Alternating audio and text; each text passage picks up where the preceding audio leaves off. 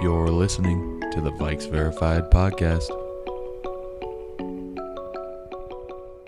Hello, Vikings Nation, and welcome back to episode 129 of the Vikes Verified podcast. I'm Nick Eliason with my co-host Matt Mead. We are back in Cubs Studios, presented by Pull Tab Sports, breaking down the Minnesota Vikings heartbreaker at home, Matt. The Philadelphia Eagles 28, the Vikings 22. A lot of storylines in this game.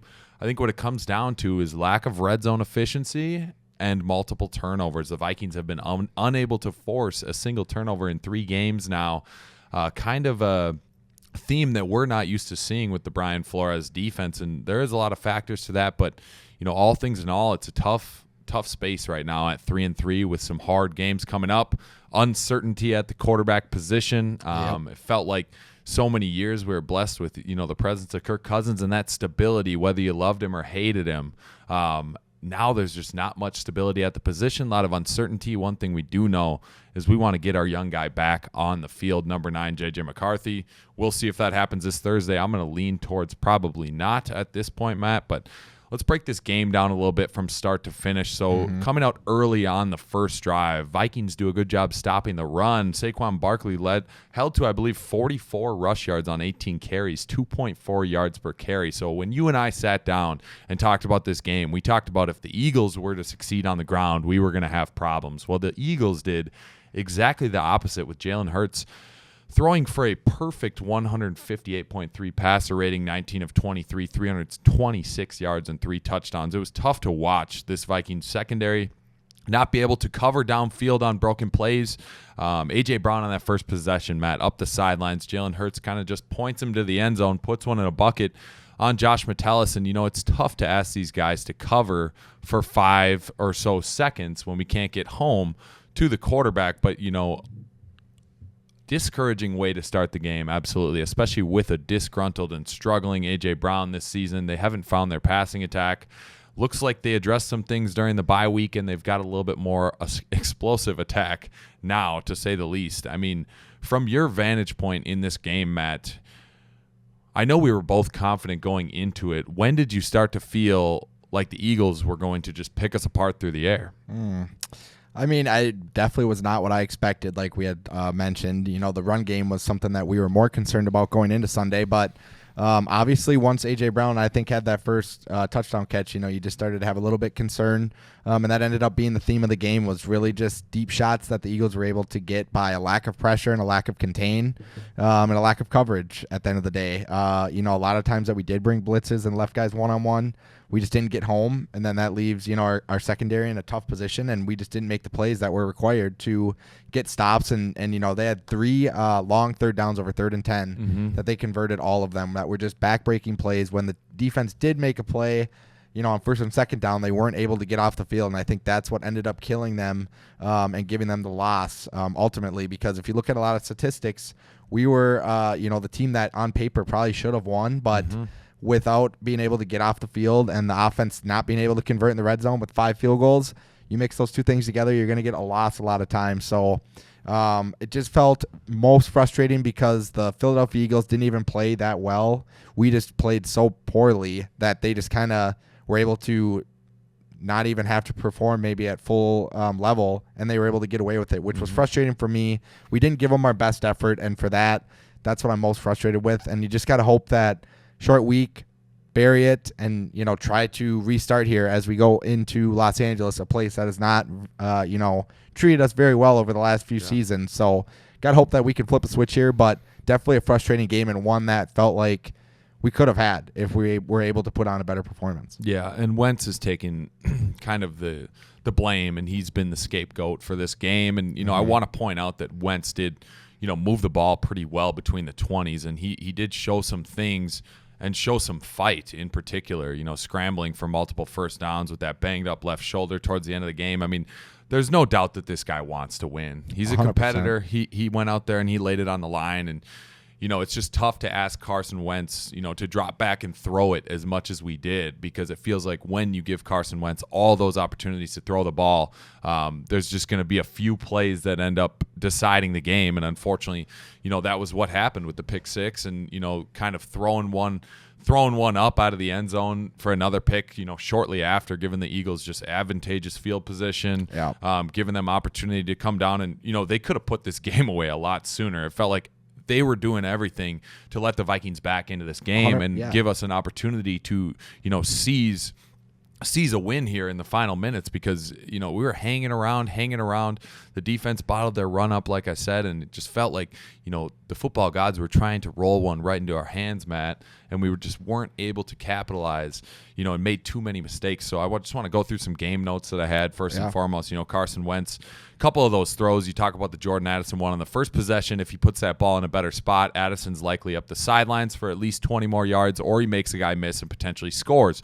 Then you've got the short motion of Addison to about the center position, motion him back out. Wentz throws it about 2-3 yards behind him. Looked like Addison could have turned up the sideline for another 20-25-yard gain there.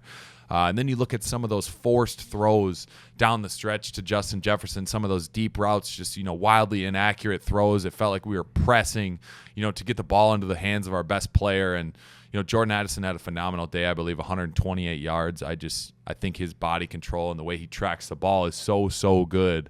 And it felt like we were just pressing to Jefferson there on that last drive. We'll get into the Hawkinson, what we believed was a catch at the time, and, the inconsistency of that rule. But a few notes, Matt. Barkley bottled it up in this game. Ivan Pace takes 0 snaps on defense, seemingly been benched.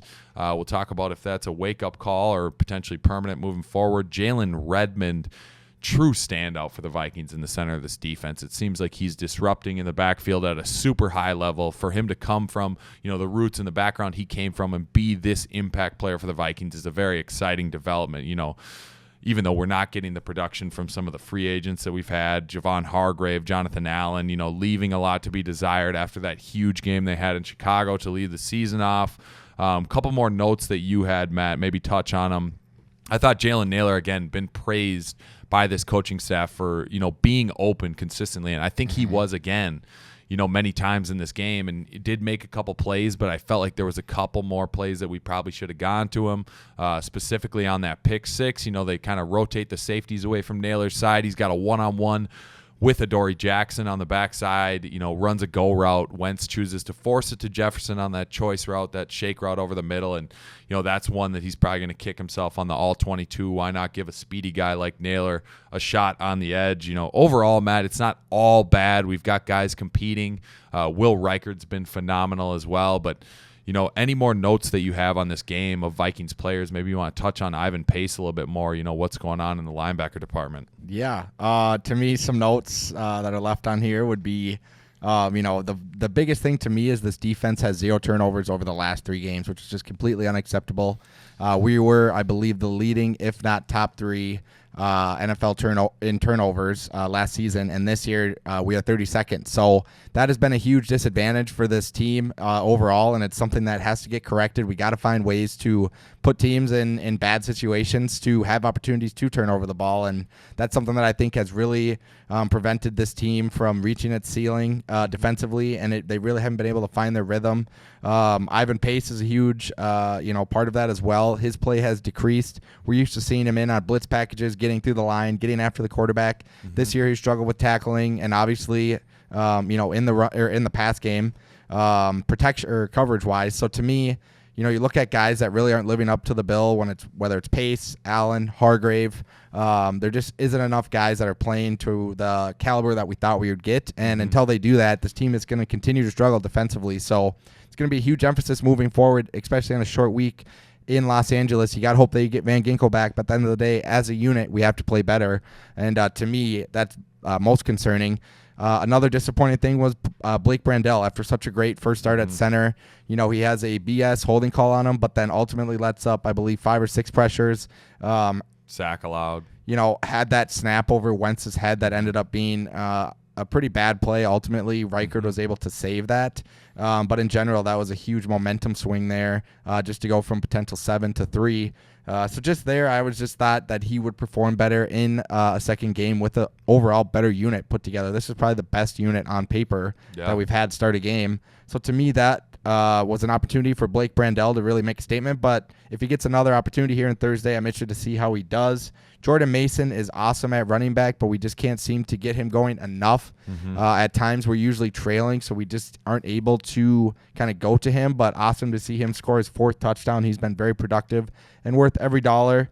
And then ultimately, Will Reichard, man, he has been a blessing this season and a really good kicker in the NFL and has been, in general, one of the biggest parts of our offense, unfortunately. Unfortunately, you are correct with that, settling far too often for 3 in the red zone. And I know this has been a point of emphasis for the Vikings and kind of looking at why you brought Jordan Mason in to this team. And, it was spoke upon by O'Connell and, the rest of the offensive staff. We wanted that bruiser in short yardage that could pick stuff up. And, you look at that goal-to-go situation for the Vikings there, 3 straight passes, and that drive probably should have been finished off by Jefferson on that fade. Cooper DeJean ends up getting a hand in there and making a great play. You're gonna tip your hat to guys when they make plays like that, but you go to your superstar there in a fade route, you expect that to be 6, you move on, kick the extra point, and you put your defense out there.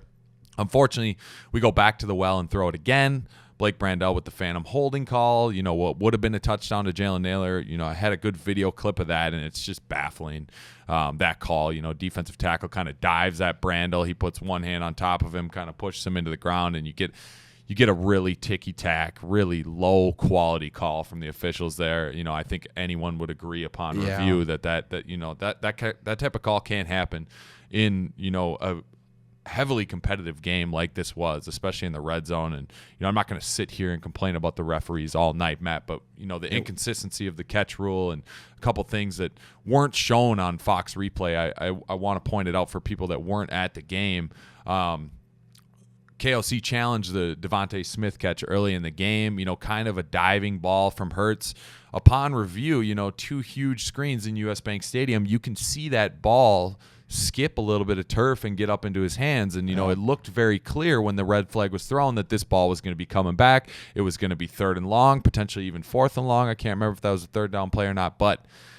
And then the call stands on the field with not enough evidence. It just seemed like to have that good of cameras in the stadium and to project that on the screens where the entire stadium could see that this was an incompletion. And for the viewers at home, I guess, there was no replay shown, which is quite interesting. But I will say from the in-stadium vantage point, that ball did skip the ground. It was very minuscule, but it did clip the turf, and it was able to be, diagnosed from just the video footage. So, frustrating there for sure. But, I want to get back to that red zone possession, Matt. We end up scoring once with Jordan Mason in the Wildcat on kind of a long developing play. The Lions tried it earlier this year. Carson Wentz was able to get set on the motion there. We were able to run Wildcat to the field side, and Jordan Mason got him by the skin of his toe. I mean, it was about as close as it could get.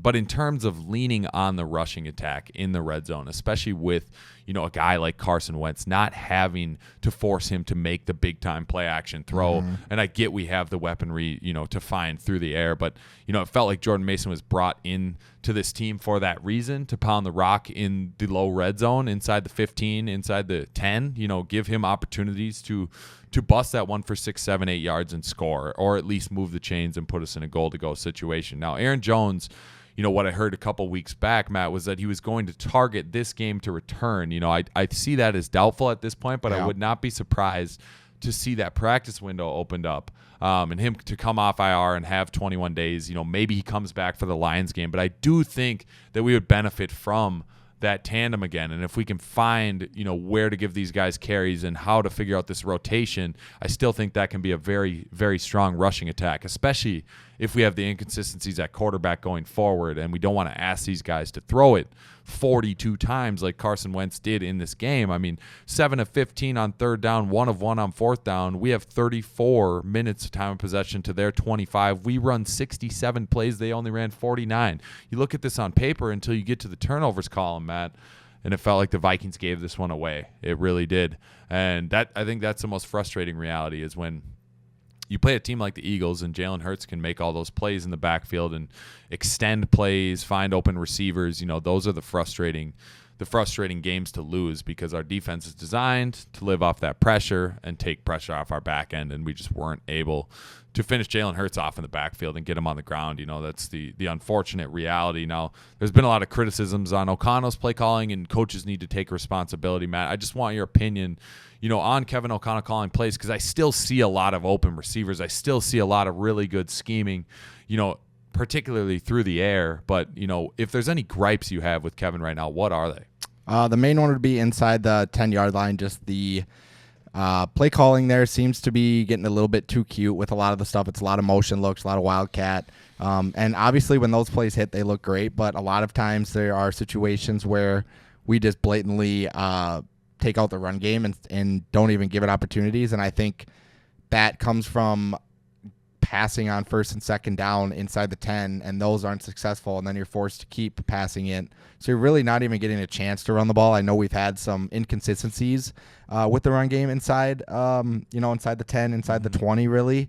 But in general, to not even give it an opportunity or have it in the mix is, I think, limiting this team, especially when you have a guy in Carson Wentz who is not really firing at the top level that we've had guys like Darnold, Cousins be able to do. He's just not making enough of the reads and getting the ball out when it should be. And when you have that, it just makes the play calling a little bit more harder to trust, I would say. So to me, it's just like it's a lack of just abandoning in the run game in the red zone.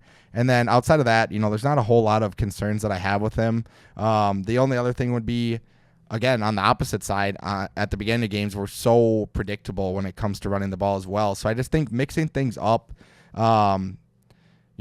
starting drives off, but then also finishing drives is something that I think has just been inconsistent with KOC, and something I hope to see him correct. But ultimately, as a head coach, he does a great job with clock management, usually with challenges, and then obviously just maintaining an overall stable personality out there, which is huge because you see guys kind of lose it. And I think him being able to always be calm is a huge thing for this team in general.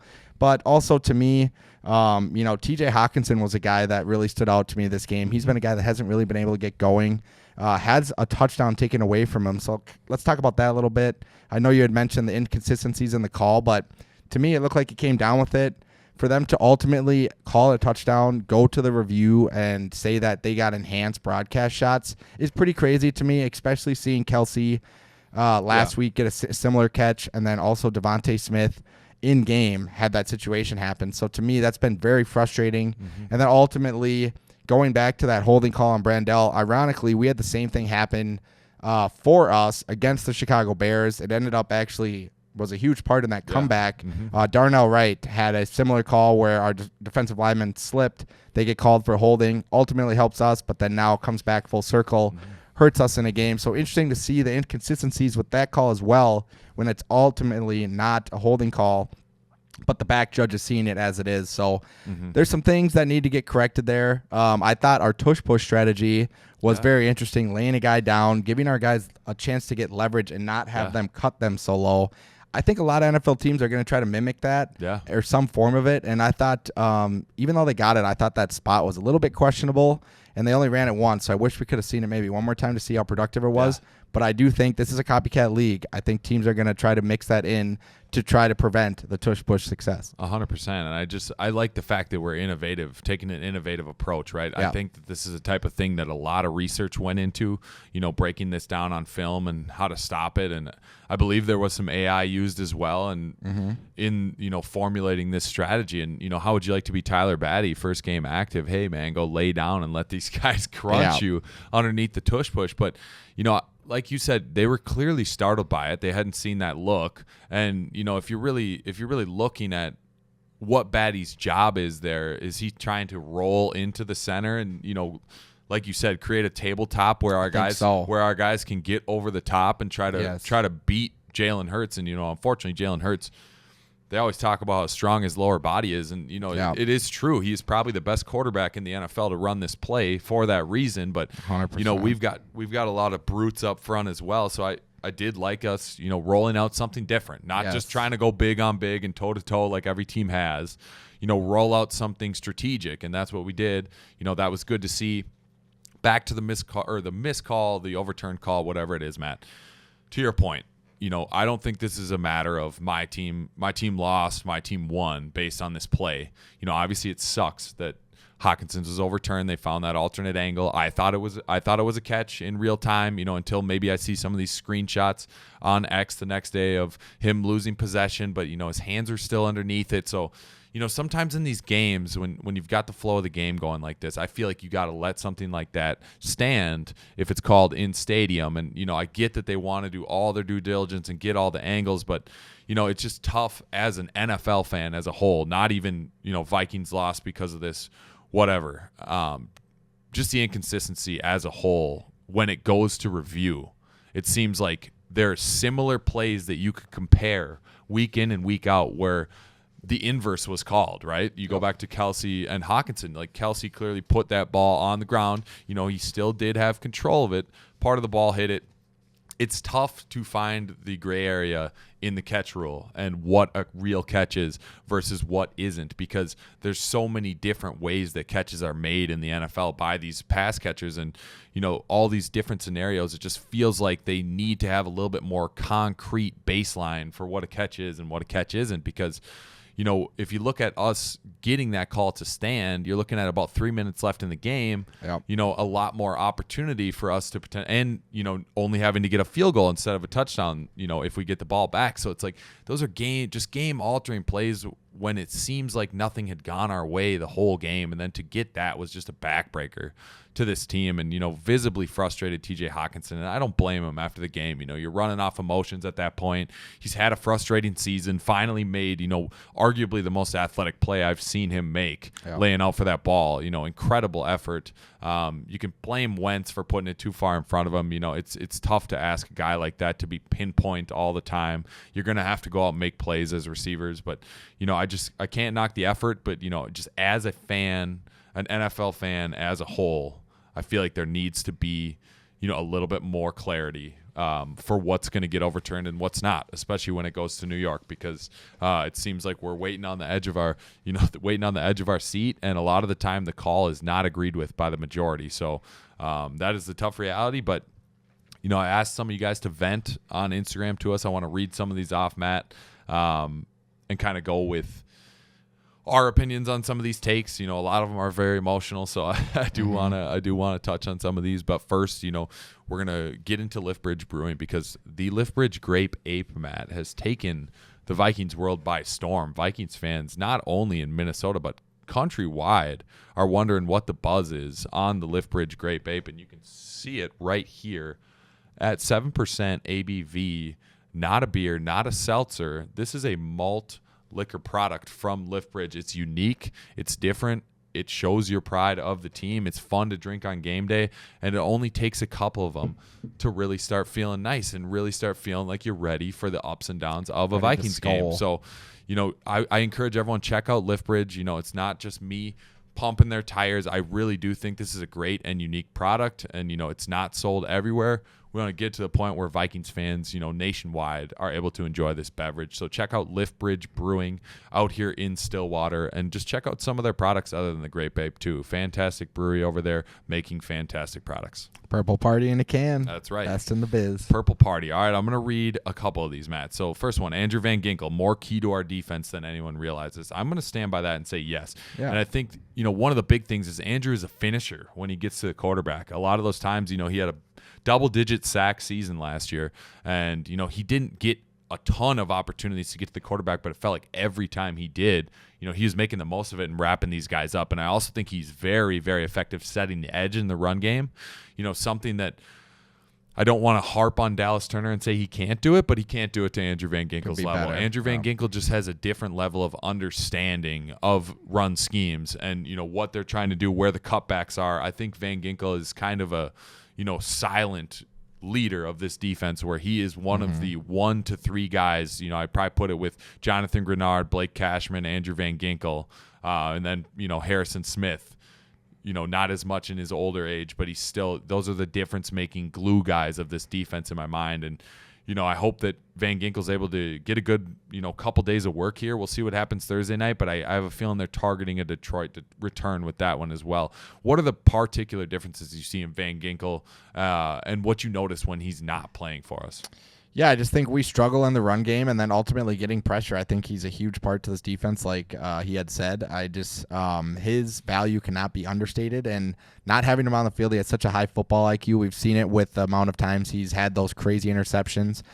He has a certain feel to the game that you just can't replicate, and him and Grenard together are such a special pairing, and Grenard is still obviously having a great season, but getting him back is going to be crucial for this defense to really operate on full cylinder to be able to compete as we kind of move forward here, especially on a short week. There's a chance he was limited today on a Monday. They didn't really have a practice, but an estimated limited status is a sign of positivity there for his injury status. So if we can get him back Thursday, that's awesome, but for sure, I'm really hoping that he's back week 9 versus Detroit. You get the mini bye here again, as we look into potential situation of J.J. McCarthy's return. So as we go into this short week, it does look like Carson will get the start, but I think we can touch on here in a little bit after these hot takes, a potential QB change, brewing once McCarthy gets fully healthy. Yeah, I got one from our guy Tim Bratfold here. Do you think the Eagles knew Isaiah Rodgers' weaknesses and exploited them?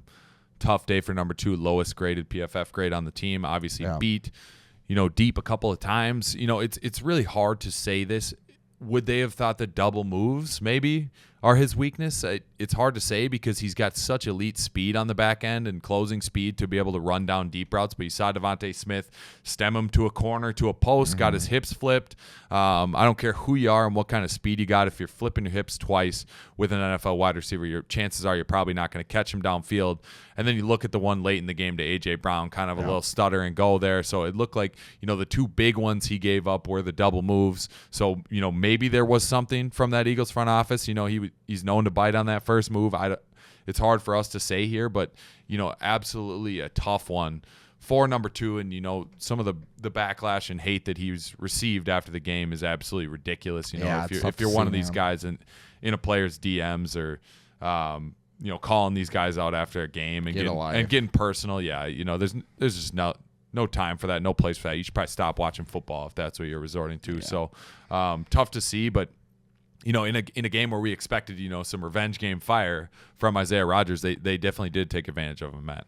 Yeah. I mean, that was just such a tough thing to see. And I do think that his weaknesses were probably, known by the team, but you could say that about him too. He probably has gone up against A.J. Brown, exactly. Devontae Smith so many times to be able to know the intricacies of their game and kind of what their tendencies are should have helped him. But ultimately, I think the last play that he gave up to A.J. Brown was the most frustrating one, just due to the fact that he had help from Metellus on there on a potential slant, and then to really bite that hard on a play that you had to have was tough to see. So ultimately, I'm hoping that he gets that corrected, but we're going to have to rely on him. I think he's one of our better secondary players, and him and Murphy overall this season have played well, and it goes back to just getting turnovers going here. So to me, I think that's the main emphasis of this defense is how can you get turnovers. Yeah, you're totally right. And I'm no defensive play caller, Matt, but you saw the 2nd and 10 where he throws a slant behind A.J. Brown, where 3rd and 10 all of a sudden. Yeah. It felt like to me that might be a scenario where you try to roll the dice a bit, right? And playing soft at 10 to 12 yards off with Isaiah Rodgers, he's obviously going to be conscious of a throw at the sticks, especially with a big-bodied receiver like A.J. Brown. If he catches that hitch at 8-9 yards, chances are he can lean forward and get that first down. So, I understand defending the sticks in that situation, and, the Eagles went for the throat there and, called the double move. And, I think that's a credit to them with the play call. But I do think, I would have loved to see a cover one, play these guys in maybe a 3-4 yard off catch technique where, you're not pressing the receiver, but you're not playing soft coverage. You're making them, throw a vertical route. And I like Isaiah Rodgers a lot more when he's pressed a little bit more, running with you step for step, than when he's in off coverage and, you can give him a move at the top of that route. And he's trying to defend the sticks and, not cause a first down, ends up going over the top and the game's over. And, it's just a tough reality, but like I said, credit to the Eagles for dialing that up and knowing what coverage and what we would come out in on that down and distance. So another one here, we've got KOC is an incredible play caller, but repeatedly fails to adapt to a less than ideal QB situation. this could go both ways because you look at the game plan against Cleveland. I felt like that had a lot of sprint out, that had a lot of easy confidence building throws for Wentz. So I don't think it's an issue with Kevin, being able to not scheme for a less than ideal QB because you look at the score in this game. We were down 14-3. You had to start opening it up. So it's no wonder that Carson had to throw the ball so much. But you were asking Carson Wentz to win us that game and be, a gunslinger to come from behind and win this game. But in reality, that's what you had to do because you're not going to get it done on the ground with Jordan Mason when you're down 14-3. Yeah, ultimately, the offensive shortcomings then puts them in a position where they're playing from behind, and we've seen that in multiple games this season. This offense has not been able to get a lead, has not been able to really get a ground game going to wear down that clock, and ultimately that leads to a lot of pass situations for Carson Wentz, a guy that you want to limit that. So to me, that's kind of counterintuitive to the overall purpose of what the game plan is. And I think ultimately KOC has done a good job game planning. I don't think he had one game, where he did kind of struggle with it, but I do think overall the Pittsburgh game was a lot better and he gave Carson opportunity. The problem is KOC's dialing up the looks. Carson's missing them. Yeah. He's had the last 3 games, he's had several different occasions where there's an open receiver, an open look, and whether he's just not seeing him or not throwing the ball, regardless, the play is not being made. And you've seen those same exact plays from guys like Sam Darnold and Kirk Cousins and all these other QBs that have played before us or before him make the plays. And ultimately, Carson has not at a high enough clip, and that is what's really cost this team, paired with the bad decision making that he had. That pick for the pick 6 was a tough one. That was a blitz up the middle. I understand that one a little bit more. The one off his back foot is completely unacceptable in my opinion. Yeah. And that one probably drove Kevin O'Connell nuts, seeing the clip of them on the sideline, him looking like a disappointed father. Yeah. I know he wanted that one back and was ultimately, not happy with the result there. Before we get into our next topic, let's talk a little bit about Gateway Fiber. Are you stuck in a toxic relationship with a big cable internet provider? Settling for slow speed, random outages, and customer service that mocks the term service? Good news. It's time to break up with Big Cable. Gateway Fiber has landed in Minnesota to offer you faster speeds, better reliability, and customer service that answers the phone. Gateway Fiber has speeds up to 2 gigabytes per second, customized rate plans for every home or small business, and a team that lives in the communities they serve. Stop being held hostage and choose internet that works for you. Call 888-201-4339 or visit gatewayfiber.com to see if they're in your area. All right, Nick, let's talk a little bit about our Gateway Fiber game ball. If there's a guy that got one, who is it? For me, it's number 3, Jordan Addison. Stepped up in a big way. We talked about how he's going to see a lot of number 2 and number 3 corners. Didn't get a lot of Quinyon Mitchell draws in man coverage, and he made the most of it. I believe 9 catches, 128 yards.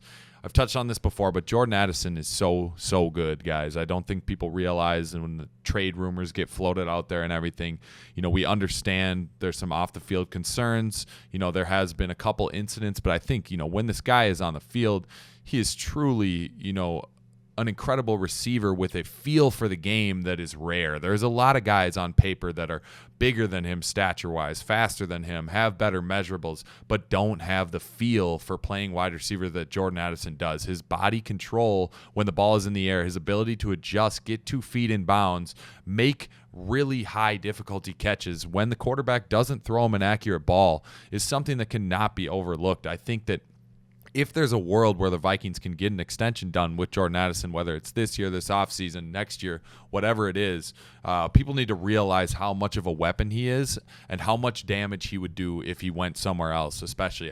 I would love to get him dialed in with a reliable quarterback situation and really let these 2-star receivers run, because Jordan Addison is a 1B. He's not a number 2 receiver. I really think that he has that level of talent, and he reminds you a lot of Stephon Diggs with a lot of the ways that he plays and some of the things he does on the sidelines and some of the things he does with the ball in his hands. So to me, another big-time performance from Addison. I believe he's 3rd in the NFL with the average yards per game right now at about 95 yards per game since he came back from that 3-game suspension.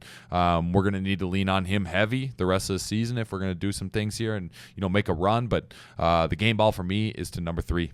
Yeah, I am all on board the free 3 train. He has been free this season and has been off to a hot start. So hoping to keep him in Minnesota long term as well. My game ball is going to have to go to Jalen Redmond. Big Red had another standout performance. Dog. Throughout this whole season, he has been probably one of the most impact players.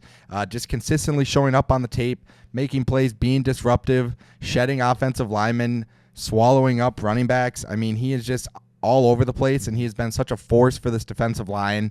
You cannot understate his value, and what a find from this front office and coaching staff to be able to pull a guy like Redmond and turn him in from out of the league to becoming a bona fide starter, and his name is only going to continue to grow as he started to gain some notoriety.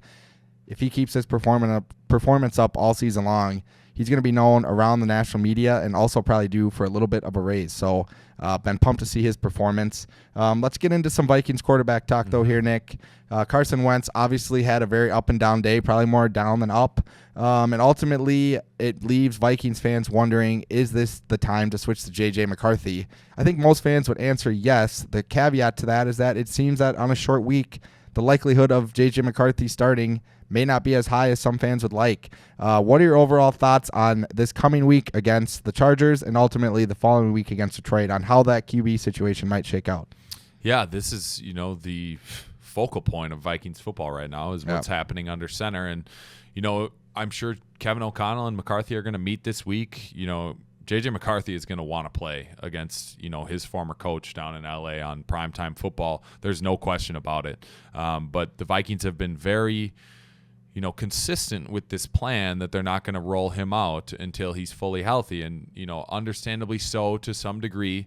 I think that there's some playing through injury that, you've got to do on the football field to an extent. But, you look at McCarthy's weapons, his legs are a big weapon of his, and you want those to be 100%. You want his back foot and a 3-step and 5-step drop to be stable, which is that right ankle that he sprained. So I have a feeling we're going to see Wentz again. But, people can't sleep on the fact that Carson Wentz is beat up as well with that left shoulder injury. And, how much more can he tolerate, especially on a short week? Didn't seem thrilled that we were playing on a short week in his press conference after the game yesterday.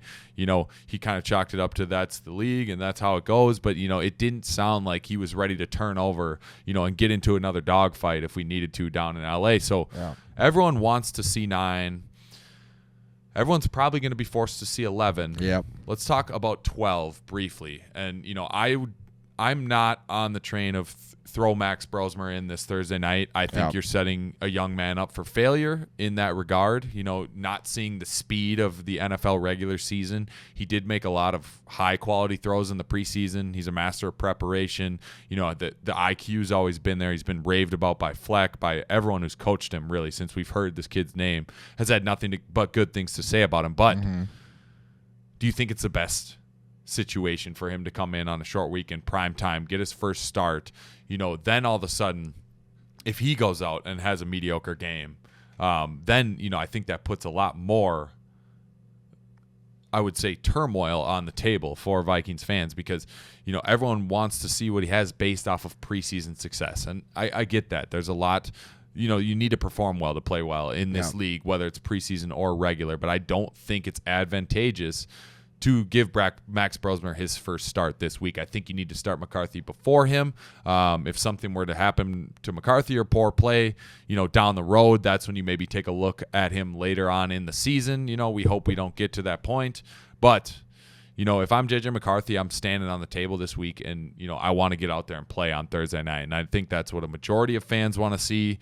That's what he wants to do. It's just going to come down to the Vikings can't double back on their process to this point. If they roll him out there this Thursday night, it makes him look like he was ready to go this past week. So, it puts them in a tough spot. You can see O'Connell and, the rest of this offensive staff starting to become agitated with, the local media constantly questioning on this and, doing their job and trying to get answers in the quarterback room because Kevin knows he's a quarterback's guy and he hasn't been able to find his rock yet in this room, and he hasn't had one since Kirk Cousins. So,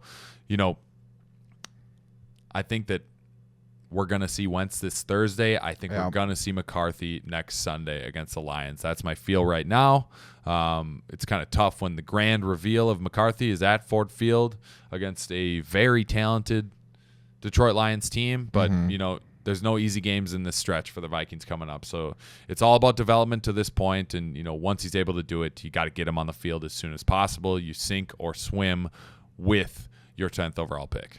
Yeah, to me, some final thoughts on the discussion here would be just if I had to predict, I would think it's going to be the same rollout this week. We're going to see Carson Wentz starter, Brosmer backup, and McCarthy as the emergency QB on a short week. But I do think it ultimately switches up the following week to J.J. McCarthy QB1, Wentz QB2, Brosmer QB3.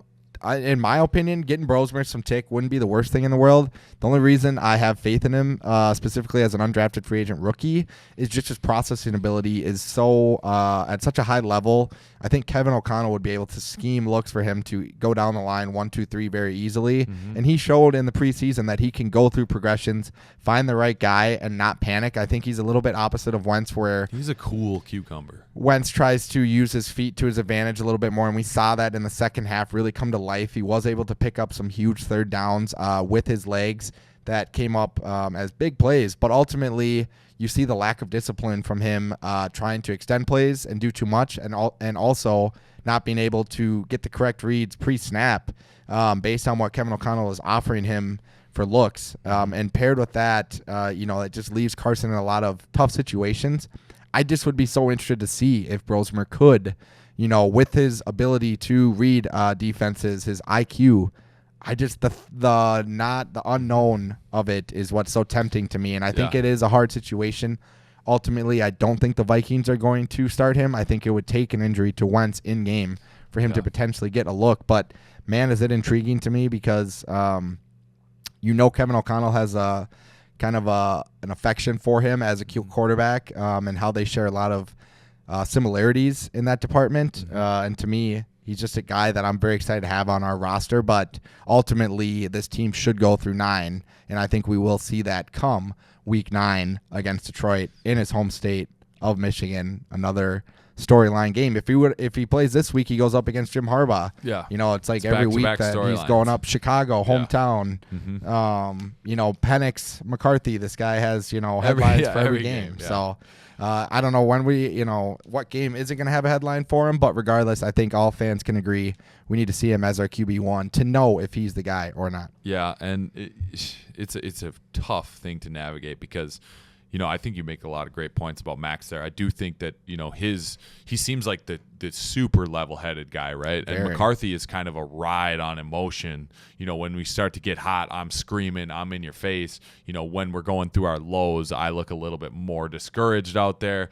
He's definitely got a more emotional factor to his game, and some of this could be aged. Max Brosmer is a whole 2 years older than McCarthy, maybe even a bit more than that after a full 5-year career in college. So I think that where it gets tough is then we go out Thursday night and Brosmer gets the start, plays serviceable enough, does something, doesn't turn the ball over, looks sharp processing the field. Then where do you go from there? When you get a healthy J.J. McCarthy, that's what I'm saying. It's a can of worms they don't want to open right now. Yeah. It's a can of worms they don't want to open because they know that the fan base will be clamoring for Brosmer to go long term if he comes in on Thursday night and does something. It's the reality of the current matter. So it's like you said, it's great to have him in the holster, great to have him ready to go. And if Wentz were to take a beating or that shoulder gets banged up and he has to go into the game, I think that's a good scenario for him to get in the game. But for him to get a start, from the first snap and go out there, see what he does. It could be one game he doesn't play well. He's on the bench the rest of the year. But if he goes out and moves the football and we win this game against the Chargers, then all of a sudden you keep McCarthy on the back burner another week and you're going to sit him the whole year and try to ride Brosmer out. It just gets ugly from there. So I think if the Vikings could choose, that's a situation that they likely want to avoid. That's why it'll likely be Wentz on a short week, probably brace that shoulder up, throw another couple cortisone shots in him and let him go out there because, he's playing for a job beyond this season. He's got a lot to prove for a 3-3 football team. So that's just the whirlwind of the current quarterback situation. And, a lot of frustration from the fan base on Sam Darnold and Daniel Jones' play.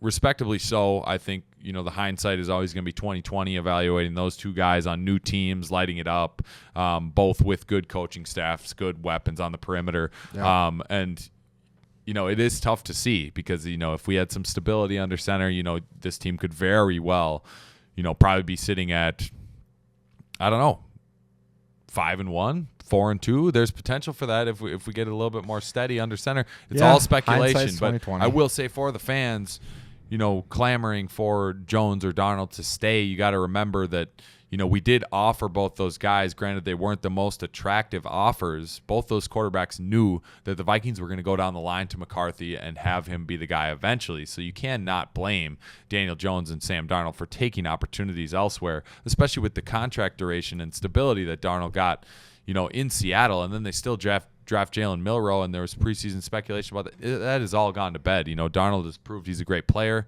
And I think the one thing you see is that, a new trend in the league is these quarterbacks are finding their footing in their late 20s.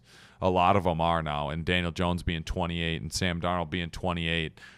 Geno Smith, granted he's not playing well anymore, but found that footing at about 30 years old. I think it's becoming more and more popular that, this league has gotten so good defensively with the disguises and the pressure, and it takes a while for you to acclimate to this speed, and that's just why we've got to do everything we can to get our guy on the development track, because it's not going to be overnight success with him, and Vikings fans are going to have to live with the highs and lows for the rest of the season. But, you got to just try to bank on one thing, and that's him finishing this season healthy after this injury. That's the best case for this franchise, period. Well said. It's obviously hindsight's 2020 there on Jones and Darnold, but ultimately this team and coaching staff felt confident in rolling with J.J. McCarthy. So, for me, I have a lot of trust in those people, so I'm going to ride with them too. So it's time to see what 9 can ultimately do at QB1. And I think the biggest thing is just having him play games. We've seen him play 2 games in 2 seasons. So there's really not even a big enough sample size to form an opinion on, which is the most frustrating thing. Nick, why don't we start talking a little bit about our Cub Foods final score predictions? Yeah. Let's get into the Cub Foods final score presented by Cub Foods. If you're from Minnesota, you know them. They're always reliable, best prices you can get at the grocery store. Check out your local Cub Foods or cubfoods.com today. Getting into my score prediction, Matt. Chargers coming off, a tough one against the rolling Colts, 38-24. Justin Herbert throws it 55 times for 420 yards, 3 touchdowns, 2 picks. He's having to be Superman in LA right now without a running game. Hassan Haskins also on the report this week. They're looking at Vidal as their featured back. And, coming off a game where we stuffed the run very effectively, I feel very good about being able to neutralize their ground game and make them one-dimensional. Justin Herbert is going to have to beat us through the air. And him watching the tape this week, probably is an encouraging sign for the Chargers after this secondary's performance, against the Eagles. Granted, the Eagles and Chargers are 2 completely different offensive philosophies. Chargers are going to try to spread you out more. They got some weapons on the perimeter. You obviously look at Keenan Allen coming back into the fold. Ladd McConkey's been explosive, during his young career. Quentin Johnston has turned a new corner and starting to produce. And then they've got a young guy in Oronde Gadsden II, the UDFA tight end out of Syracuse. Played with Kyle McCord last year. He lit it up last game. 7 catches, $164. A guy they raved about in camp. He's finally starting to get the regular season reps, and that's a new threat that we've got to worry about now this week. So, it comes down to how much can we overwhelm Justin Herbert, and can we get to the quarterback and finish off some sacks this week and take pressure off that secondary. If we get Van Ginkel back, I feel very good about our chances to rebound in this one. You get that 10-day window after this game, Matt, kind of like the mini bye, and we have an opportunity to then maybe get Aaron Jones back, get some of these guys fully healthy, and then try to get our quarterback in a spot to roll going forward. My prediction for this game, I'm going to go with Vikings 21, Chargers 18. I think that this one comes down to Justin Herbert at the end of the game having an opportunity to tie it, either them missing a field goal or us making the game-saving play and able to take Herbert off the field and get a close, narrow victory in LA, a place that we've struggled, against a quality franchise with good leadership. And I think that this is a kind of turning point for the Vikings at this point, being 500. You go to 3-4 with the Lions and the Ravens staring at you. Things start to change into more of a developmental mindset, not as competitive as if you were to sneak this one out, go 4-3, get our quarterback back, then you steal 1 out of 2 between the Ravens and the Lions, and all of a sudden you're in a spot where you can kind of rattle some off there and try to find late season success when we're playing our best. I think that's the most important thing is you want to peak at the right times, but you've got to stay in it and keep this team in the playoff hunt because this division is so strong. All three teams are going to be looking at that wild card or division championship. And, the fact of the matter is we've got to keep pace and we've got to get to a spot where the best football we're playing is weeks 14 to 18 there when we have those division matchups that'll decide it.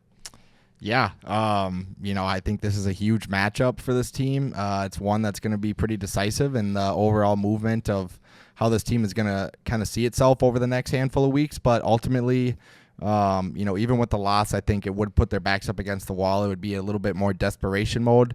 I think it's still going to take a few more losses before we get into developmental time. But again, I think this is one where the Vikings are kind of due for some better luck in LA. They say third time's a charm. I'm going to say that it goes our direction here in Los Angeles, in SoFi Stadium.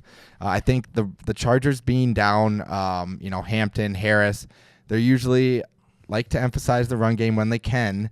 Ultimately, that's not an option for them. I think if the Vikings can find ways to get after Justin Herbert and a shaky offensive line with a lot of injuries, I think we can find a way to come out on top and get a win. They're going to have to shut down guys like Quentin Johnson, Ladd McConkey, Keenan Allen. They have weapons. But at the end of the day, I think getting some stops is going to go a long way, and I think this offense should hopefully look a little bit better and not have as many mistakes as we had and be able to put the ball in the end zone. So with that being said, I'm going to go with the final score of Vikings 27, Chargers 23. I think Will has another solid day, gets us another couple field goals, but the Vikings are able to put the ball in the end zone multiple times and gets a statement win, short week, on the road. J.J. McCarthy return, week 9. Book it. Book it. Take us to Detroit with some energy, with some focus. It's tough sledding right now at 3-3. It'd be hard to say otherwise, but you got to stay the course. You got to stay the course as fans and, try to find the positives and trust that this luck, will hopefully flip the other way and we'll start to get some of those bounces. We'll start to get some of those tip balls, kind of like we did in the Bengals game. But, going forward, you've got no choice but to put your purple on and support this squad. I mean, it's tough sledding right now, but everything can change with a solid performance from a young quarterback. And I know all of us are waiting for that moment that we can look at McCarthy's first polished game as an NFL quarterback and start to breathe a little bit easier with the decisions we've made. And you got to trust the process. That's what it's all about, Matt. And we're trusting it right now. 3-3. Let's roll this week and take it to Detroit with some momentum. Yep, 3-3. This is a massive game on the road, prime time, short week. Can the Vikings find a way? This is going to tell a lot about what this team is made of and what they can do moving forward. It's a huge litmus test. I'm actually kind of glad it's a short week. Get over that Philly loss. New week, new opponent, new game plan. Let's put it out there, give it our best shot, see what happens. Hopefully we come back 4-3. Let's rock and roll. Yeah, let's rock. This is when you start to see the heart of your program and when the leaders need to rise to the top of the team, the Justin Jeffersons, the Harrison Smiths, it's about the standard. The Vikings have a standard. It's time to uphold that standard in LA this Thursday night. Let's go get one. This is episode 129 of the Vikes Verified podcast. Thank you, as always, for tuning in. We appreciate each and every one of you. Skol Vikings. Skol.